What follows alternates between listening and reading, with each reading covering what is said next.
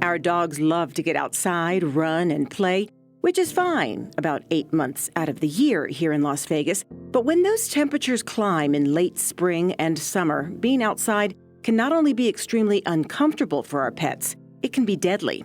That is one of the many reasons we have the dedicated staff of Animal Protection Services. Our officers are tasked with ensuring that animals have shade, shelter, and access to water. Rudy Tovar is a DPS manager with the Department of Public Safety's Animal Protection Services and says it's not just the kind thing to do, it's more recently become a city ordinance, starting with animals never being tethered outside in a heat wave.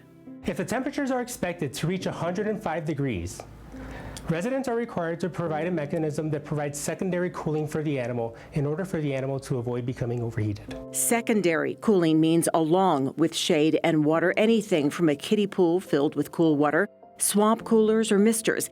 He says if officers are called to a home due to an animal in distress, they will at first try to work with the resident to make the ordinance clear. The role of today's officer is that of a guardian. Officers are expected to be culturally competent and be kind. So they need to explain to the resident kindly what the issues are with the animal. And then as we gain the resident's trust, we could work together to collaborate on finding solutions for the animal. As for animals in cars, that is an offense that is a top priority for Animal Protection Services and most all law enforcement. He says they will take whatever means necessary to get the dog out of the car. And what I think folks fail to take into account is that a vehicle essentially acts as an oven during hot weather, and even cracking the windows a little bit is not sufficient for the internal temperature that is in the vehicle. And so because the temperature rises extremely fast within a vehicle, an animal can quickly succumb to the effects of heat. So it's a call that we take very seriously and is what we call a priority call here.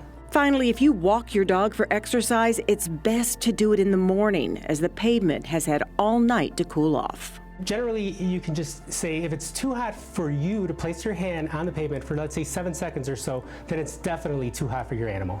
Tovar says when it comes to animal-related issues, the penalties are criminal, so they will issue misdemeanor citations if necessary.